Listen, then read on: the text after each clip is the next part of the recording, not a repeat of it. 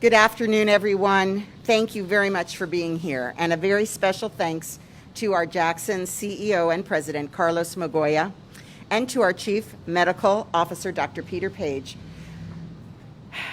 for joining us, but also for all of the leadership and collaboration with Jackson. Appointing Dr. Page as the Chief Medical Officer for Miami-Dade County, the first ever, to drive a data-driven pandemic response was the first thing I did as mayor of Miami-Dade County on day one. And it was one of the very, very best decisions that I made. So thank you again, Mr. Magoya, for sharing him with our county and our community. And we are also joined here today by my friend and colleague, Commissioner Jean Monestime, our Chief Public Safety Officer, J.D. Patterson, our Chief Finance Officer, Ed Marquez, our Chief of Community, our Chief Operations Officer, Jimmy Morales, our Chief of Community Services, Morris Copeland. That makes 4 and all of my chiefs in my administration standing together with us here today. We also have our Fire Rescue Chief, Arthur Holmes, Captain Will Hall of Miami-Dade Fire Rescue, Police Director Freddie Ramirez, Emergency Management Division Director Charles Cyril, HR Director Arlene Cuellar, and representation from our wonderful SEIU 1991 and CIR unions. Also here with us today is the former Florida Emergency Management Director, Jared Moskowitz, and you'll hear more about him in just a moment. Our community and the state are continuing to combat a grave and worsening COVID spike.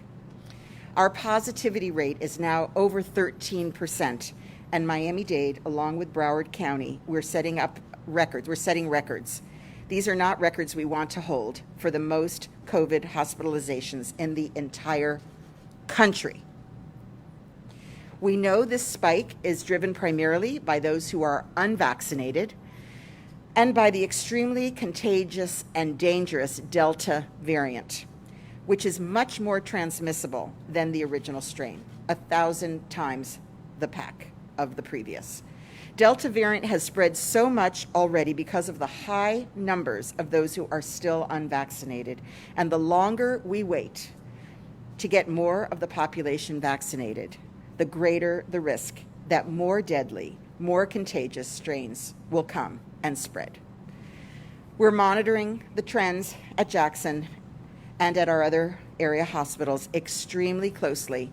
And following last week's emergency order, we're again collecting daily reporting data, and we are publishing it in the county's daily dashboard to keep everyone abreast of the hospitalization information.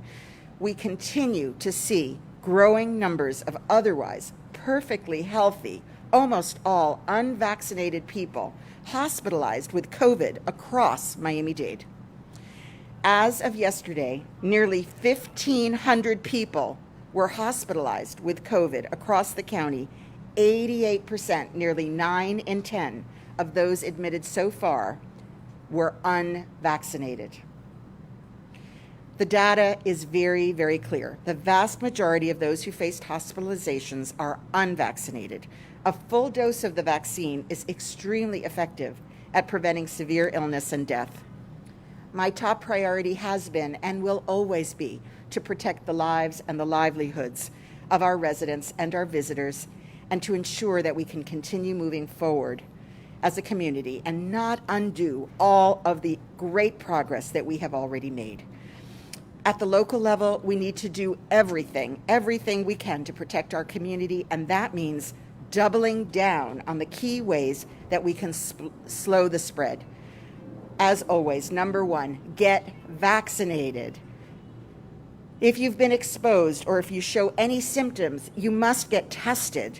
And if you are COVID positive, you must isolate.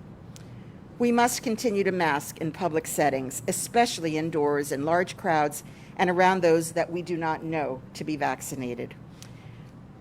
In recent weeks, we have taken some very important steps to meet this moment, and we have expanded vaccination and testing with new sites across Miami-Dade, and we have reinstituted masking at indoor county facilities and in accordance with CDC guidelines. And today, I am proud to announce that the county is bringing on board with the county to assist us, Jared Moskowitz, the former director of the Florida Department of Emergency Management. He is our special advisor on COVID, and he is with us today. Jared is a seasoned emergency management professional. He helped to lead the state through some of the very worst chapters of our pandemic so far, and we are extremely glad to have him join us. Thank you. Thank you so much, Jared. He will be working closely alongside our extraordinary local emergency management team, Fire Rescue, Dr. Page, and all of our COVID leadership. He'll advise us on our vaccination, testing, and overall COVID strategy. To continue protecting our workforce and the greater community, we have been working hard for months to make vaccines as accessible as possible across Miami-Dade and urging everyone who is eligible to get the shot, including our employees. At every step of the pandemic response, we have sought to use data to inform our decisions, and over the last week, we even polled our county workforce with a voluntary anonymous survey to ask employees to self-report their vaccination status, and we are proud to share that of those who took the survey, which is over 5,000 employees, or about 17% of our workforce, over 83% of the respondents indicated that they have taken the shot. It is very important to stress that these numbers only show us vaccination rates among those who took the survey, and we recognize that those who have been vaccinated are probably more likely to take the survey. So we're committed to doing everything we can to protect our employees and the public as we continue to serve in the midst of this extremely dangerous COVID surge. So today, we are taking a further step forward to ensure a safe and healthy workplace by requiring weekly COVID testing of all Miami-Dade employees. Those who wish to opt out can provide proof of their vaccination status. We will begin implementing this policy beginning the week of August 16th on Monday for non-union employees, and exceptions will be evaluated on a case-by-case basis. We all know that getting vaccinated is the single best step that any of us can take to protect ourselves and our loved ones, to reduce the spread of the virus. Truly, it is the path forward. And this policy that we are announcing today will help ensure we are doing our part to maintain a safe, healthy workplace, and that county employees are doing our part to prevent the spread of COVID across this community. To everyone who has yet to get vaccinated, I am speaking directly to you. Our community has endured too much. We've experienced more than enough tragedy, and we've seen too many of our families hurting. By getting vaccinated, we can avoid any further pain. We can avoid losing any more of our fellow neighbors, coworkers, and friends. We can avoid what is truly preventable, and we can continue moving our economy forward to protect all the gains that we've made and the businesses who are beginning to bounce back. So at this moment, I am asking you, please, to protect yourselves, protect your families, protect our community, protect our small businesses and our economy, and help us bring this pandemic to an end. We have come together to meet this moment as a community before, and I have great faith that we can do it again. Please head to our website, miamidade.gov/vaccine, vacuna, or vaccine, to find a vaccine site and test site near you. Y ahora en español. Nuestra comunidad y el Estado entero continúan combatiendo la creciente crisis de COVID. Nuestra positividad ahora es superior al 13% y tanto Miami-Dade y Broward han tenido el mayor récord de hospitalizaciones por COVID en todo el país. Sabemos que este momento se debe principalmente a los que no están vacunados y a la variante Delta, que es extremadamente contagioso y peligrosa. La variante Delta se ha extendido debido a la gran cantidad de personas que aún no están vacunadas. Y cuanto más esperemos para vacunarnos, mayor será el riesgo de otras variantes. Hasta ayer, casi 1,500 personas fueron hospitalizadas con COVID en todo el condado. El 88% de los admitidos no estaban vacunados. Los datos son muy claros. La gran mayoría de los hospitalizados no están vacunados. Una dosis completa de la vacuna sigue siendo eficaz para prevenir enfermedades graves y la muerte. Mi principal prioridad es proteger la vida y los medios de subsistencia de todos nuestros residentes y visitantes y garantizar que sigamos avanzando como comunidad, no deshacer todo el progreso que hemos logrado. En las últimas semanas hemos dado pasos importantes para enfrentar este momento desafiante que enfrenta nuestra comunidad, expandiendo los sitios de vacunación y pruebas y ordenando de nuevo el uso de máscaras en instalaciones del condado de acuerdo con las pautas de CDC. Hoy quiero anunciar que el condado contrató a Jared Moskowitz, el exdirector de la División de Manejo de Emergencias de Florida, como asesor especial sobre COVID. Jared es un profesional con experiencia en el manejo de emergencias que ayudó a dirigir al Estado a través de algunos de los peores momentos de la pandemia y estamos muy contentos de que se una a nosotros. En cada paso de nuestra respuesta a la pandemia, hemos usado los datos disponibles para informar nuestras decisiones y durante la última semana enviamos a los empleados del condado una encuesta voluntaria y anónima sobre su estado de vacunación. Estoy orgullosa de compartir que de más de 5,000 empleados que contestaron, que son el 17% de nuestra fuerza laboral, más del 83% dicen que se han vacunado. Estos números solo nos muestran las tasas de vacunación entre quienes respondieron la encuesta y reconocemos que los que se han vacunado tienen más probabilidades de contestar la encuesta.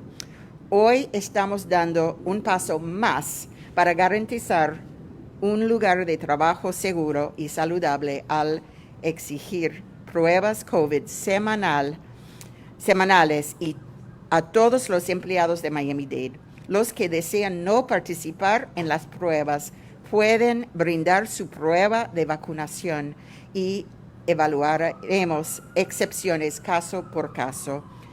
Para todos los que aún no se han vacunado, les hablo directamente. Nuestra comunidad ha soportado demasiado. Hemos vivido con tragedia enorme y hemos visto sufrir a demasiadas familias. Así que es el momento, les pido, por favor, se protejan a su familia, protejan nuestra comunidad, nuestras pequeñas empresas y nuestra economía. Y ayúdenos a poner fin a esta pandemia. Gracias.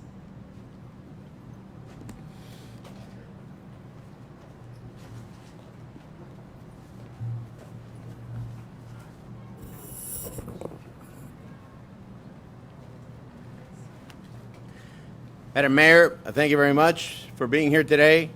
On July 1st, Jackson was treating 66 COVID-positive inpatients in our hospitals. As of noon today, that number is 320, a 385% increase in just over a month. Nearly 100% of them, I say 100% of them, are unvaccinated or immunocompromised transplant patients. These numbers are staggering and deeply concerning. They're climbing sharply, not just at Jackson, but at every other hospital in South Florida. But unlike last year at this time, this is entirely preventable with the COVID vaccine that is widely available now.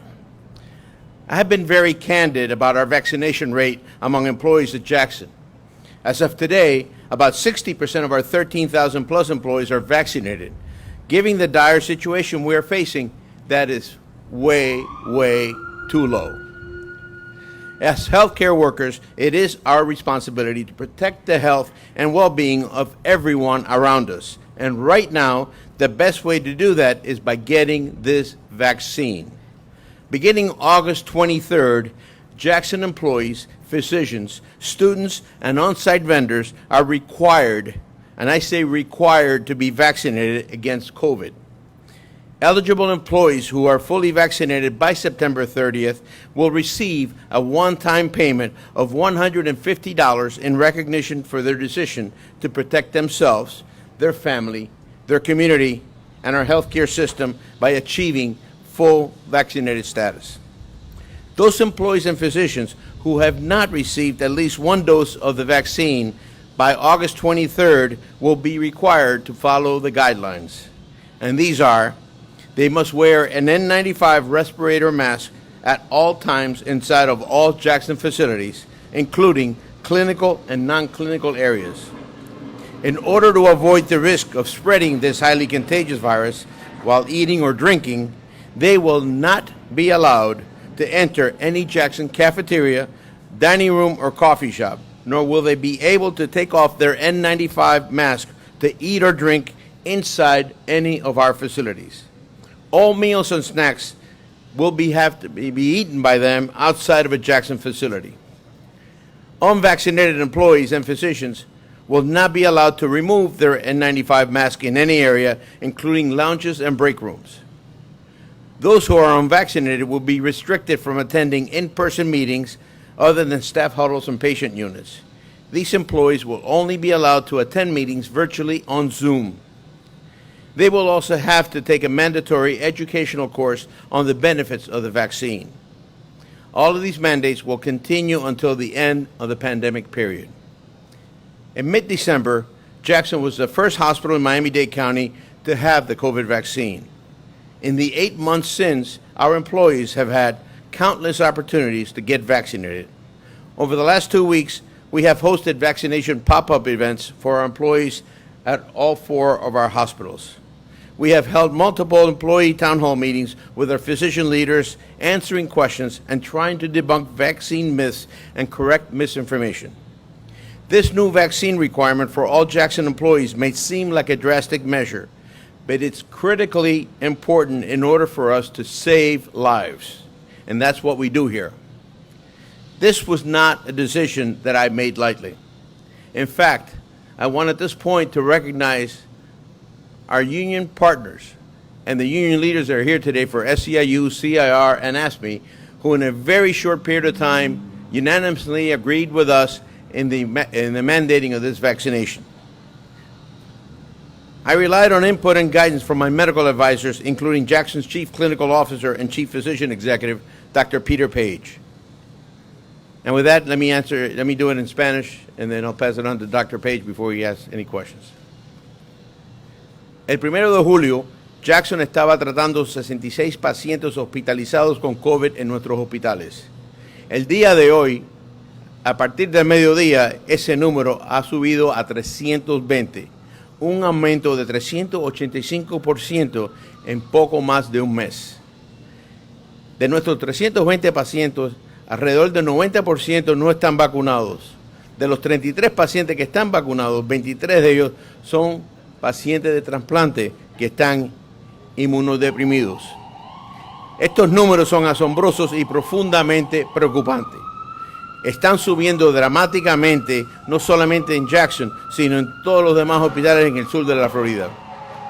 Pero a diferencia del año pasado, en este momento, esto puede ser prevenido por completar con la vacuna contra el COVID que está ampliamente disponible ahora en nuestra comunidad.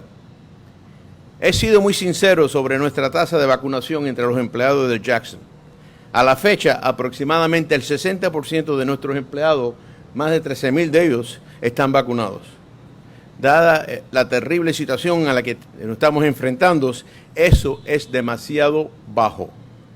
Como trabajadores de salud, es nuestra responsabilidad y proteger la salud y el bienestar de todos los que nos rodean, y en este momento la mejor manera de hacerlo es mediante la aplicación de esa vacuna.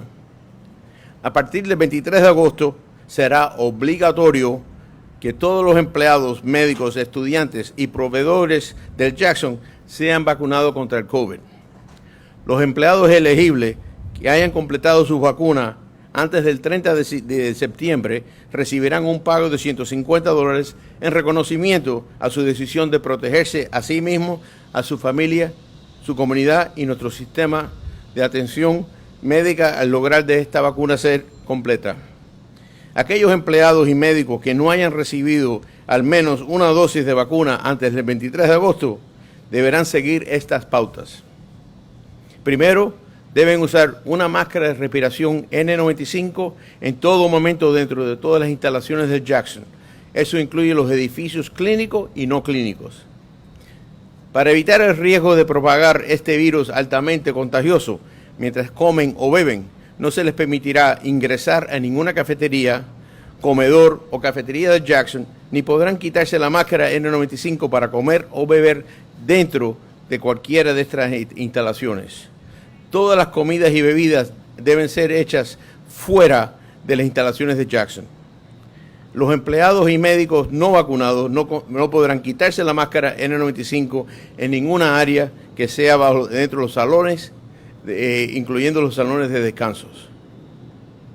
Aquellos que no están vacunados no podrán asistir a reuniones en persona y solo se les permitirá estar presente en charlas de personal en las unidades de pacientes.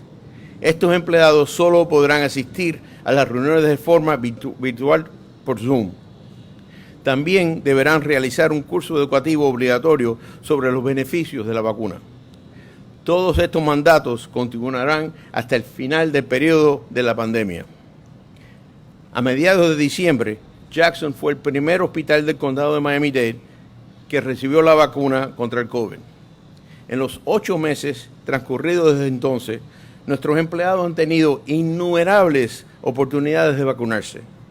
Durante las últimas 2 semanas, hemos organizado eventos emergentes de vacunación para nuestros empleados en nuestros 4 hospitales. Hemos organizado varias reuniones públicas de empleados con nuestros líderes médicos y respondiéndole preguntas y tratando de desacreditar los mitos de la vacuna y corregir la información errónea. Este nuevo requisito de vacuna para todos los empleados del Jackson puede parecer una medida drástica, pero es de vital importancia para que podamos salvar las vidas, que es lo que nosotros hacemos en el Jackson todos los días. En este momento quiero darle muchísimas gracias y total gratitud a los colegas de nosotros en los sindicatos de empleo de nosotros, que es SEIU, CIR y ASME. Los 3 sindicatos han colaborado con nosotros en corto plazo para llevar a una decisión totalmente 100% de todos nosotros apoyando el mandato de esta vacuna. Esta decisión no fue tomada ligeramente. Confíe en los comentarios y la orientación de mis asesores médicos, incluyendo el director clínico y director médico ejecutivo del Jackson, el Dr. Peter Page. And at this point, I'd like to have Dr. Peter Page make a couple of comments, and then we'll come back for questions.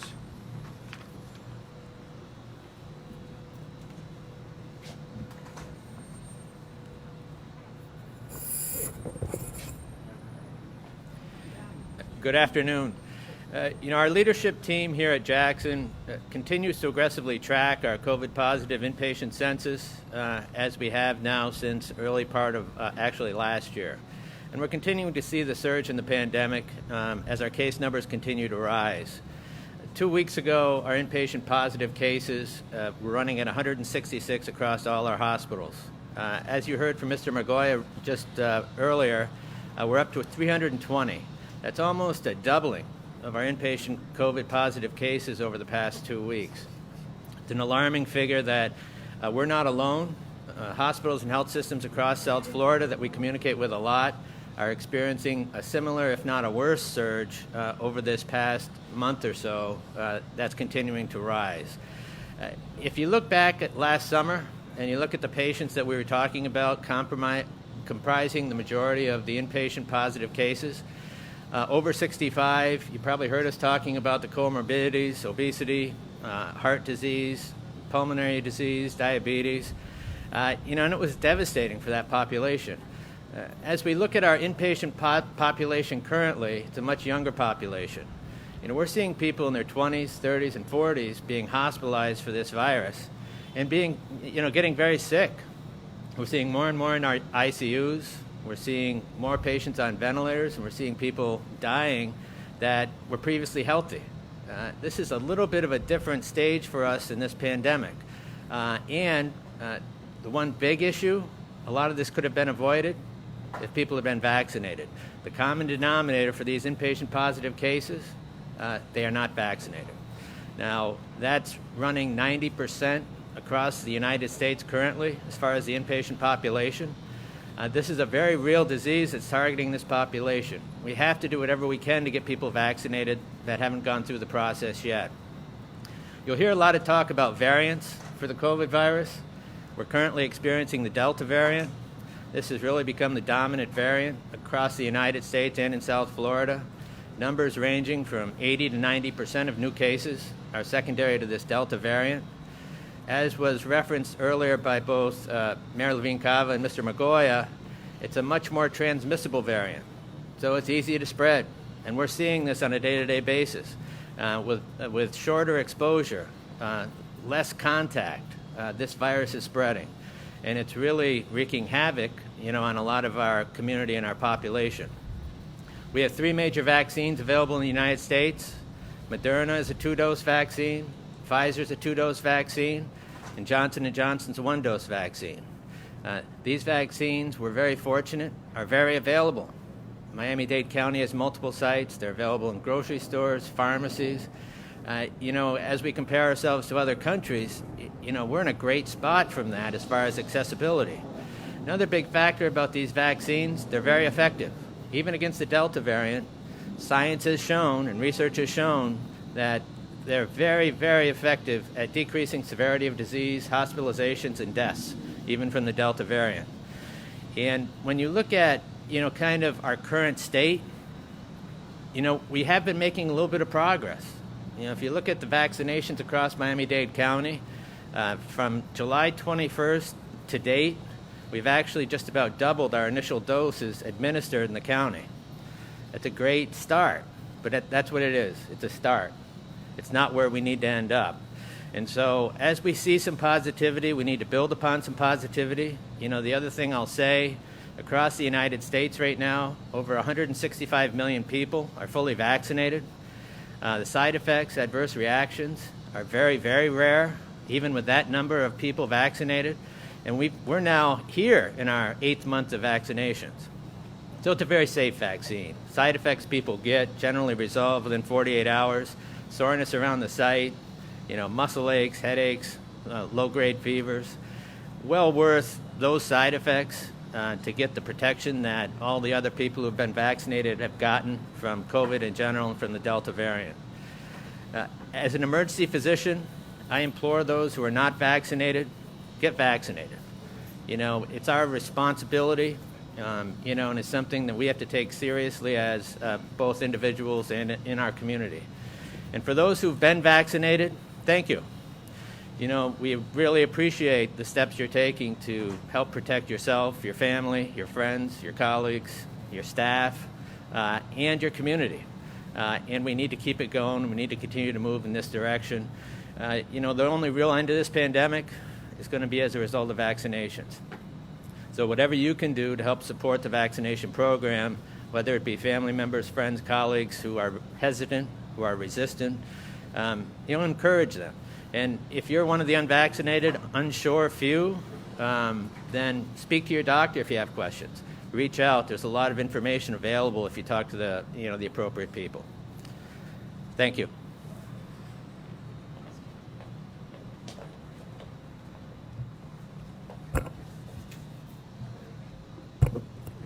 Thank you very much. We're going to have a Creole interpretation, and then we're going to open up for questions.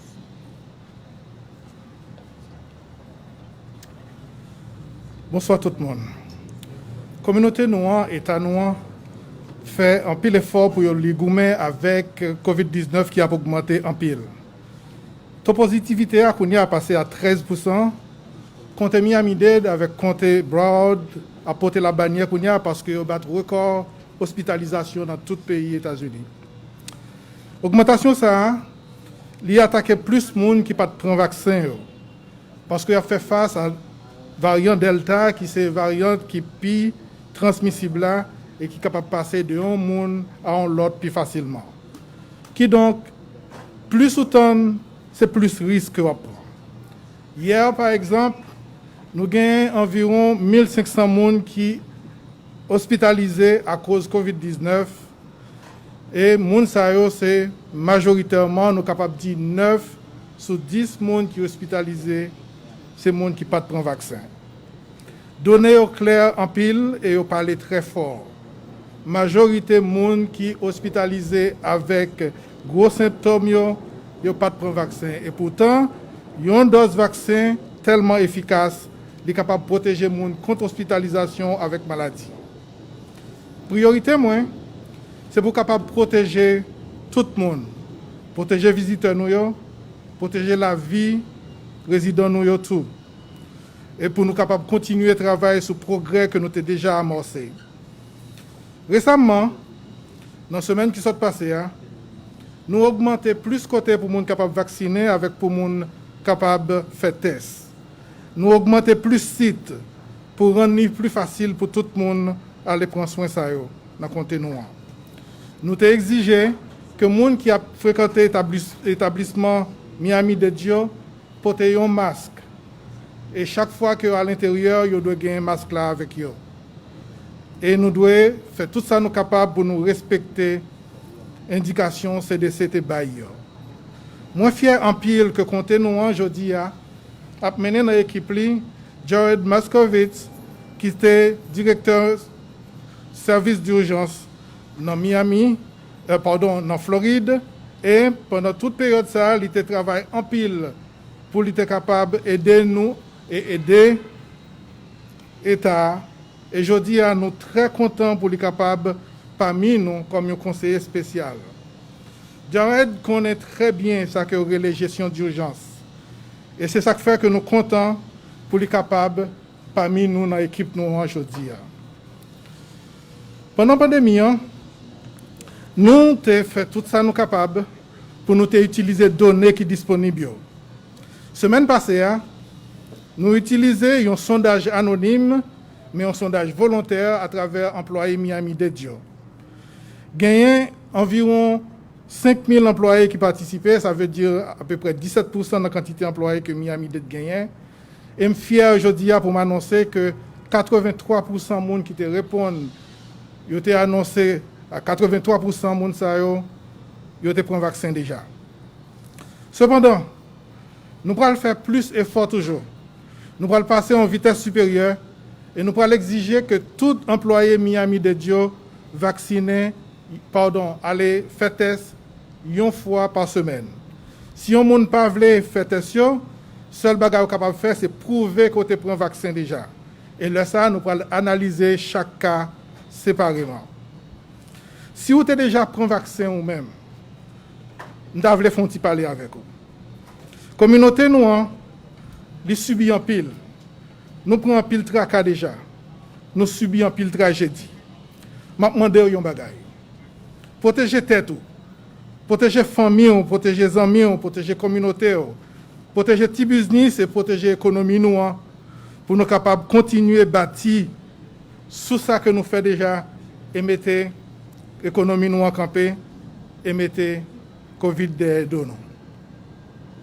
Jackson Hospital fait annoncer que tout employé qui déjà prend vaccin ou qui prend vaccin jusqu'à 30 septembre, employé ça va gagner avantage pour recevoir $150. Mais un employé qui pas prend vaccin, employé ça va obligé de porter un masque N95 tout côté yo yé dans bâtiment et yo pas qu'à enlever masse. Pour nous-mêmes dans toute communauté noire, si vous voulez gagner plus d'informations sur façon pour capable aller prendre vaccin, allez dans miamidade.gov/vaccin et là ça vous avez tout site nous yo. Merci en pile.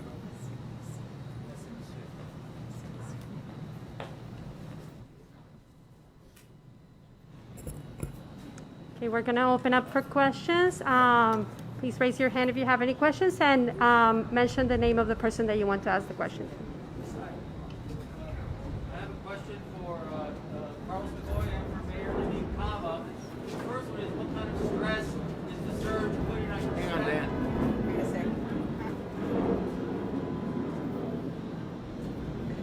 The first question is, what kind of stress is the surge in patients putting on staffing and resources? The second question is, how would things be different if we were under a state of emergency from the state of Florida? The stress level for our healthcare workers can't be understated enough. We've been at this for 18 months, and frankly, we're seeing a shortage of healthcare workers at this point in time, not just locally, but nationally. Part of it is the fact that, different from last summer, where you had these searches in urban areas, now the search is nationwide. Many of these hospitals are hiring temp agency nurses throughout the country and made additional demands.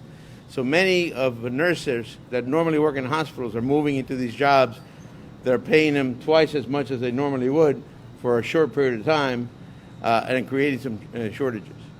We're doing the best we can, partly with hiring our own temp agencies, which are costing a lot of money, and also paying premium pay to our own employees to do that. We can only do that for a period of time. There are not as many temp agencies as it has been in the past. Frankly, we are, whether the state declares it or not, we ourselves are under emergency basis at this point. We're in the highest code from a COVID perspective. We have been that way and continue to be that way, which is part of the reason why we're doing everything we're doing, including the masking and being as conservative as we are. We cannot afford to spread this disease anywhere within the community, and certainly not at Jackson.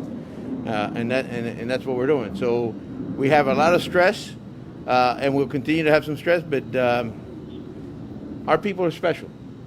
We have healthcare, as I can't understate enough, when we say healthcare heroes, that's an understatement. I don't know what these people do and where they pick up their capes every morning, but when they come to work, they leap tall buildings. And I can't say enough about the work that they do, and for that, I'm very, very proud to be their colleague.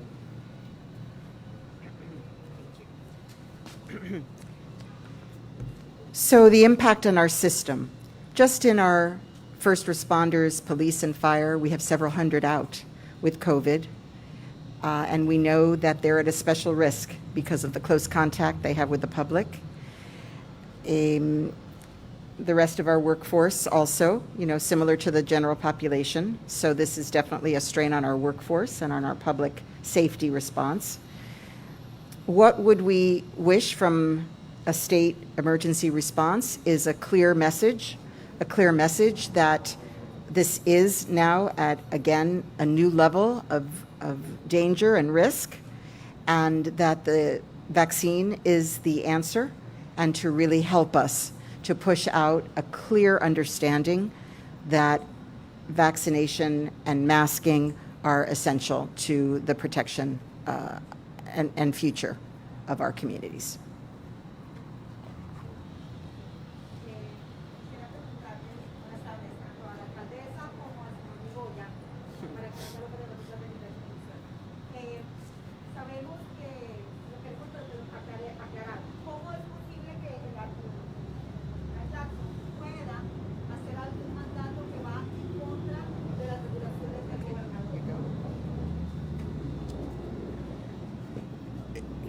Los mandatos que estamos haciendo de vacuna en este momento están completamente de acuerdo con todas las indicaciones que tenemos del condado, del estado y gobierno federal. En este momento, todo lo que el gobernador está haciendo está apoyando lo que son las vacunas y totalmente, es más, en una charla que tuvo en Orlando no hace mucho tiempo, estaba diciendo que no se involucraba en nada en lo que era empleado con empleadores. Estamos completamente dentro de las órdenes del Estado y las relaciones de nosotros con los tres gobiernos de nuevo, con el condado, el Estado y federal son completamente bien y estamos claros completamente de que lo que estamos haciendo es lo correcto, específicamente porque somos unos hospitales y como el cuidado de salud es mucho más elevada la responsabilidad de que el resto de la comunidad, es muy importante de nosotros mantener todos nuestros empleados vacunados.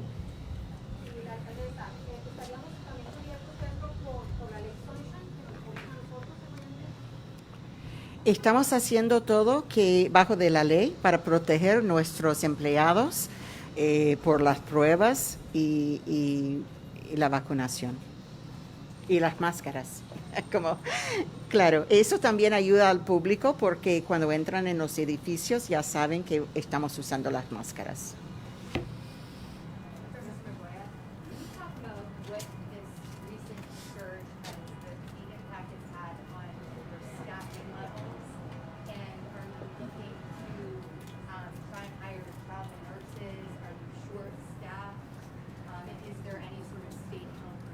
So let me put where we are today in perspective to last year.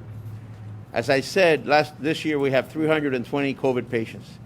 Last year in July, pretty much the same time of the year, but last summer, we were at 490 patients of COVID. At that point, we had 48% of our census were COVID patients. Our numbers are a lot less than they were last year. They're still very, very high. Besides that, our hospital, just like every other hospital, are dealing with a lot of elective surgeries and a lot of surgeries that really have been deferred for the last 2 years. We are now going to be reducing some of those elective surgeries. It's really tough to say. It's easy to call it an elective surgery. Many of these elective surgeries are urgent surgeries because of people have been deferring critical surgeries like tumors and the like that are sometimes the difference between life and death. So right now, the challenge from a staffing perspective is not a whole lot different than what we had last year. The fact is that we have been at it for the last 18 months, and it's very, very challenging. And like I said before, our people are performing way beyond what we expected. And frankly, our quality measures and everything that you look at from a standpoint of how our people are dealing, we are elevated to a much higher. As a matter of fact, we just had a joint commission meeting, which is the highest. And the one thing that was said over and over again, the pride of every one of our employees in what we're doing. So we're very proud that in spite of the challenges that they have, that they're all proud to be working here and doing the kinds of things we're doing. So are you looking to hire any travel nurses?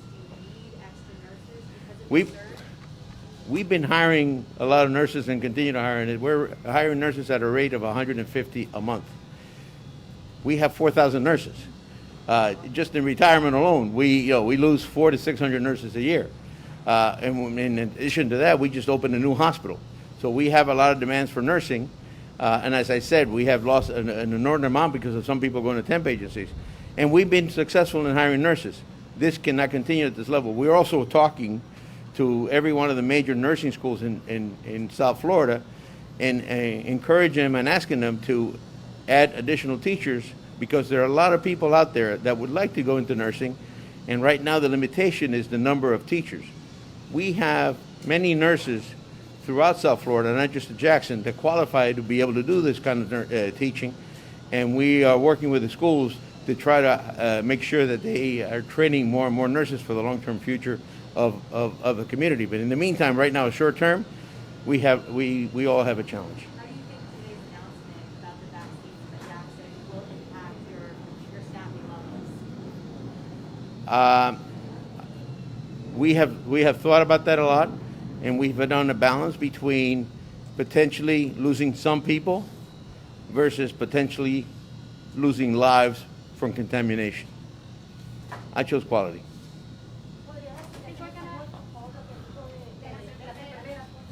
Sí. En estos momentos, obviamente estamos cortos de empleados. Las demandas han sido muchas por los últimos 18 meses. El estrés es bien alto. Los empleados de nosotros verdaderamente tienen una moral extremadamente alta y el trabajo que están haciendo en estos momentos no puede ser no solamente superado, sino es que no puede ser ni igualado por nadie. Esperamos que esto no dure por siempre. La última crecimiento que tuvimos el verano pasado duró 6 semanas. Estamos en la 4ª semana en esta. No sabemos qué tiempo vamos a estar, estamos preparados para lo peor y esperando lo mejor. Así que yo quiero lo más posible que esto pase lo más rápido posible para poder dar un descanso a nuestros empleados.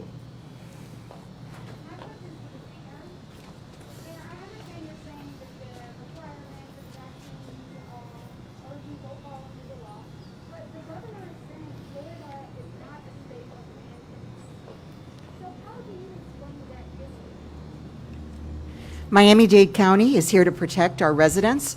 I'm here to protect our employees, and I'm doing everything under the law that I can do to make sure that we are safe.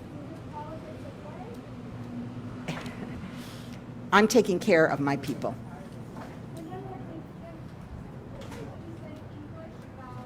Talking to me? Sorry.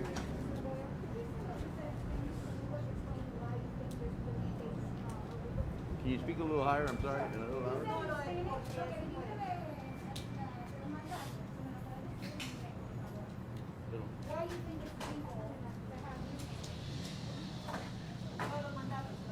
Did I say it in English already? I didn't? Okay, I'm sorry. I keep going back and forth. It's hard to remember what language I'm speaking. Anyway, basically the mandates that we have done, we believe are totally legal. The concern from the governor's standpoint, the governor's office has always been about vaccination. And the focus from our standpoint, being in the healthcare business, we're in a different business than everyone else is. And the value about making sure that we're protecting our patients by mandating vaccine or our employees is definitely within the legal rights that the healthcare systems have, and we feel comfortable we're right in line with what the governor has mandated. We're gonna do 3 last questions, and then. Okay, Carlos, I have a question. Today we learned that the Memorial Healthcare System reached out to the White House for help getting oxygen because the number of patients needing high flow oxygen treatment is really causing a run on it. Are you running low on any resources like oxygen? And has Jackson Health reached out to the White House at all? Or Miami-Dade, has anybody reached out to the White House to ask for help? We heard from Memorial yesterday about the oxygen level.